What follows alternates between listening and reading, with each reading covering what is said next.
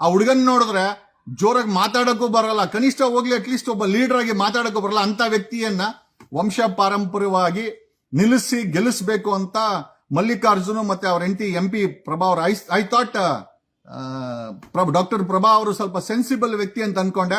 But ಸ್ವಾರ್ಥ ರಾಜಕಾರಣಿ ವಂಶಸ್ಥರು ಅಂತ ಅದನ್ನ ಅವರು ಪ್ರೂವೇ ಮಾಡ್ಬಿಟ್ರೆ. ಯಾಕಂದ್ರೆ ಮಗನ್ನ ತಗೊಂಡ ಯಾಕೆ ದಾವಣಗೆರೆಯಲ್ಲಿ ಮಲ್ಲಿಕಾರ್ಜುನ ಪ್ರಭಾ ಮಕ್ಕಳು ಬಿಟ್ರೆ ಬೇರೆ ಯಾರು ರಾಜಕೀಯ ಮಾಡಕ್ಕೆ ಯೋಗ್ಯತೆ ಇಲ್ವಾ? ಆ ರೀತಿ ವಂಶ ಪರಂಪರೆ ಮಾಡಂಗಿದ್ರೆ ಪ್ರಜಾಪ್ರಭುತ್ವ ಅಂತ ಯಾಕೆ ಕರಿಬೇಕು ನಾವೆಲ್ಲ? Why should we call this us a democracy? ಯಾಕೆ ಕರಿಬೇಕಾಗಿದೆ ಅಂತ ಈ ಮೂಲಕ ಹೇಳತ್ತಾ? ಡೆಫಿನೆಟ್ಲಿ. ಆಮೇಲೆ ಎಷ್ಟೋ ಜನ ಹೇಳಿದ್ರು, ಸರ್ ನಾವು ನೀವು ಸೋಷಿಯಲ್ ಮೀಡಿಯಾದಲ್ಲಿ ಮಾತಾಡಿ ಡಿಸೈಡ್ ಮಾಡಕ್ಕಾಗಲ್ಲ, ಬೇಡ ಜನರಿಗೆ ಅರಿವನ್ನ ಮೂಡಿಸ್ತೇವೆ. ಮಲ್ಲಿ ಬಲವಂತವಾಗಿ ಪ್ರಭಾ ಮಲ್ಲಿಕಾರ್ಜುನ ಮತ್ತೆ ಮಲ್ಲಿ ಅವರು ನಿಂತ್ಕೊಂಡ್ರೆ ಅವ್ರ ಮಗನನ್ನ ಸೋಲಿಸಿ ಪ್ರಜಾಪ್ರಭುತ್ವ ಬದುಕಿದೆ ಅಂತ ತೋರಿಸಬೇಕಾದಂತ ಕೆಲಸವನ್ನ ದಾವಣಗೆರೆ ಜನ ಮಾಡಬೇಕು. We will voice for it. ಬರೀ ಮಲ್ಲಿಕಾರ್ಜುನ ಪ್ರಭಾ ಅವರ ವಂಶಸ್ಥರೇ ಅಂತಲ್ಲ, ಸಿದ್ದರಾಮಯ್ಯನ ಮಗ, ಡಿ ಕೆ ಶಿವಕುಮಾರ್ ತಮ್ಮ, ಯಡಿಯೂರಪ್ಪನ ಮಕ್ಕಳು. ಮುಂಚೆ ಬರೀ ಕುಮಾರಸ್ವಾಮಿ ಅವ್ರ ಕುಟುಂಬಕ್ಕೆ ಮಾತ್ರ ಇದು ಸೀಮಿತವಾಗಿತ್ತು ಅಂತ ನಾವೆಲ್ಲ ಕೇಳ್ಪಟ್ವಿ. ಒಂದೊಂದು ಡಿಸ್ಟಿಕ್ 2-3 ಜನ ಹಂಚ್ಕೊಂಡು, ಈಶ್ವರ್ ಖಂಡ್ರೆ ಅವ್ರ ಮಗ, ಸತೀಶ್ ಜಾರಕಿಹೊಳಿ ಅವ್ರ ಮಗಳು, ಜಾರಕಿಹೊಳಿ ಫ್ಯಾಮಿಲಿ. ಬಳ್ಳಾರಿಗೆ ಬಂದ್ರೆ ಬಳ್ಳಾರಿ ಬ್ರದರ್ಸ್, ಮತ್ತೆ ದಾವಣಗೆರೆಗೆ ಬಂದ್ರೆ ಶಾಮನೂರು ಶಿವಶಂಕರಪ್ಪ ಮತ್ತೆ ಅವ್ರದೇ ಕುಟುಂಬದ ವ್ಯಕ್ತಿ. ಇವ್ರುಗಳು ಹಂಚ್ಕೊಂಡ್ಬಿಟ್ಟಿದ್ದಾರೆ. ಇನ್ನ ನೀವು ಬೆಂಗಳೂರಿಗೆ ಬಂದ್ರೆ ರಾಮಲಿಂಗಾರೆಡ್ಡಿ ಅವ್ರ ಮಗಳು. ಎಲ್ಲಿದೆ? ಕೋಲಾರ್ಗೆ ಹೋದ್ರೆ ನಿಮ್ಗೆ ಮುನಿಯಪ್ಪ ಅವ್ರ ಫ್ಯಾಮಿಲಿ, ಈ ಕಡೆ ನಿಮ್ಗೆ MS ರಾಮಯ್ಯ ಅವ್ರ ಮಕ್ಕಳು. ಬೇರೆ ಯಾರು ಬರ್ಲಿಕ್ಕೆ ಸಾಧ್ಯನೇ? ಸಾಮಾನ್ಯ ಜನರಿಗೆ ಯಾರಿಗೂ ಟಿಕೆಟ್ ಕೊಡೋ ಅಂತ ಪರಿಸ್ಥಿತಿ ಇಲ್ವೇ ಇಲ್ಲ. ನಾವೇನಿದ್ರು ಬಾಯಿ ಮುಚ್ಕೊಂಡು ಓಟ್ ಹಾಕ್ಬೇಕು, ಮುಚ್ಕೊಂಡು ತೆರಿಗೆ ಕಟ್ಟಬೇಕು, ಇವ್ರ ಭಾಷಣ ಕೇಳಬೇಕು, ಇವ್ರಿಗೆ ಅಧಿಕಾರ ಕೊಟ್ಟ ಮೇಲೆ ಇವ್ರು ಮಾಡೋ ಶೋಷಣೆನ ಅನುಭವಿಸ್ಬೇಕು. ಒಂದು ಇಲಾಖೆನಲ್ಲಿ ಭ್ರಷ್ಟಾಚಾರ ಇಲ್ಲದೆ ಸಾರಾಸಗಟಾಗಿ ಇಡೀ ಕರ್ನಾಟಕದಲ್ಲಿ ಕಟ್ಟಾಗ್ಬಿಡ್ತದೆ. ಸಾರಾಸಗಟಾಗಿ ಎಲ್ಲಾ ಕಡೆ ಭ್ರಷ್ಟಾಚಾರ ನಡೀತಾ ಇದೆ. ಈ ಭ್ರಷ್ಟಾಚಾರವನ್ನ ಮಟ್ಟ ಹಾಕಬೇಕು. ವಂಶ ಪಾರಂಪರ್ಯವಾಗಿ ನಡೀತಾ ಇರತ್ತ ಕುಮಾರಸ್ವಾಮಿ ಮಗನನ್ನ ಸೋಲಿಸಿದ್ರು 3 ಸತಿ. ಮನೆ ಶಿಗ್ಗಾವಿನಲ್ಲಿ ಬೊಮ್ಮಾಯಿ ಮಗನನ್ನ ಸೋಲಿಸಿದೀವ. ದಾವಣಗೆರೆಯಲ್ಲಿ ನಿಜವಾಗ್ಲೂ ಸ್ವಾಭಿಮಾನ ಅನ್ನೋದೇನಾದ್ರು ಉಳಿಸ್ಕೊಂಡಿದ್ರೆ ಒಂದು 50 ಜನ ಇಂಡಿಪೆಂಡೆಂಟ್ ಆಗಿ ಫೈಲ್ ಮಾಡಿ. ಆಸ್ ಆಫ್ ನೌ ಇಷ್ಟೇ ನಮ್ ಕೈಯಲ್ಲಿ ಮಾಡಕ್ಕಾಗೋದು. ಬಟ್ ಸೋಲಿಸಬಹುದು, ಗೆಲ್ಸಕ್ಕಾಗಿಲ್ಲ ಅಂದ್ರೂ ಪರವಾಗಿಲ್ಲ. ಇವರುಗಳನ್ನ ಸೋಲಿಸಿ ಇವರ ಯೋಗ್ಯತೆಗಳನ್ನ ತೋರಿಸಬೇಕಾದಂತ ಅವಶ್ಯಕತೆ ಇದೆ. We need a leader. ಸಮಾಜವನ್ನ ಮುಂದೆ ತಗೊಂಡವರು, ಸಮಾಜಕ್ಕೋಸ್ಕರ ಕೆಲಸ ಮಾಡೋಂತ ವ್ಯಕ್ತಿಗಳೇ ಬೇಕೇ. ನೋಡಿ, ಶಾಮನೂರು ಶಿವಶಂಕರಪ್ಪನಾಗೆ ಆಗ್ಬೋದು, ಮಲ್ಲಿಕಾರ್ಜುನ್ ಖರ್ಗೆನೇ ಆಗಿರ್ಬೋದು, ಅಥವಾ ವಂಶಾಡಳಿತ ಮಾಡ್ತಾರಂತ ಯಡಿಯೂರಪ್ಪನೇ ಆಗಿರ್ಬೋದು, ಕುಮಾರಸ್ವಾಮಿಗಳೇ ಆಗಿರ್ಬೋದು, ಅಲ್ಲಿ ಅವ್ರ ಮನೆಗಳಲ್ಲಿ ಮೊದಲು ಅಧಿಕಾರ ತಗೊಂಡ್ಬಿಡ್ತಾರೆ.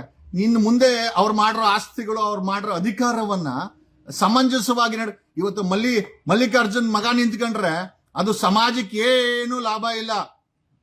ಏನೋ ಮಲ್ಲಿ ಮಗನನ್ನ, ಮಲ್ಲಿ ಫ್ಯಾಮಿಲಿಯನ್ನ ಸೋಲಿಸಬೇಕಾದಂತ ಜವಾಬ್ದಾರಿ ಕರ್ನಾಟಕದ ದಾವಣಗೆರೆ ಕರ್ನಾಟಕದ ಮಧ್ಯಭಾಗದ ಜನರ ಮೇಲೆ ಇದೆ.